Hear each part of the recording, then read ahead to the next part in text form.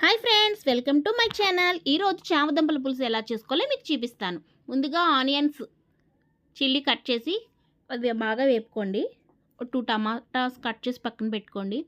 చామదుంపలను ఉడకబెట్టి 3 విజిల్స్ సరిపోతాయండి, అది పక్కన పెట్టుకోండి. నిమ్మకాయ సైజ్ అంతా చింతపండు కూడా పక్కన పెట్టుకోండి. ఉల్లిపాయలు మగ్గాక టమాటాలు వేసేసుకోండి. అవి బాగా మగ్గాక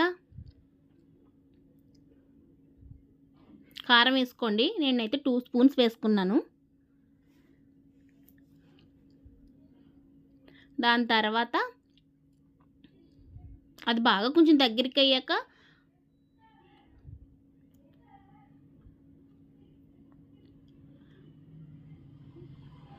సాల్ట్ వేసుకోండి.